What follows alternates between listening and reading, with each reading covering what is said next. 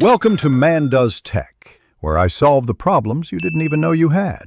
You begin by confirming your Apple ID and that you're signed into iCloud on this device. This avoids account conflicts. Next, check the network, Wi-Fi signal, 4G/5G, or wired LAN, because iCloud relies on stable connectivity. Once done, make a quick backup of critical files to local storage or external drive so you can undo changes if needed. These first actions remove simple blockers and protect data. Now proceed to deeper configuration fixes. You now perform the detailed fixes that resolve most persistent issues. First, force a sync by toggling iCloud drive off, wait 60 to 90 seconds, then toggle it back on. This reinitializes file indexing. Make sure date and time are set to automatic. Authentication can fail if the clock is wrong. If problems persist, sign out of your Apple ID and sign back in.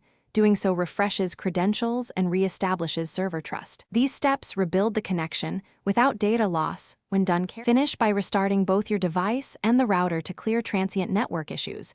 Make sure to clear DNS cache or use 8 if DNS resolution is suspect. Then confirm your iCloud storage quota. Lack of space causes syncing to stall, so free space or upgrade the plan if necessary. If nothing works, reset network settings as a last resort because it removes saved Wi-Fi passwords. However, this often resolves stubborn connectivity and authentication problems, so keep that step ready. Thanks for watching. If you found this helpful, don't forget to like and subscribe.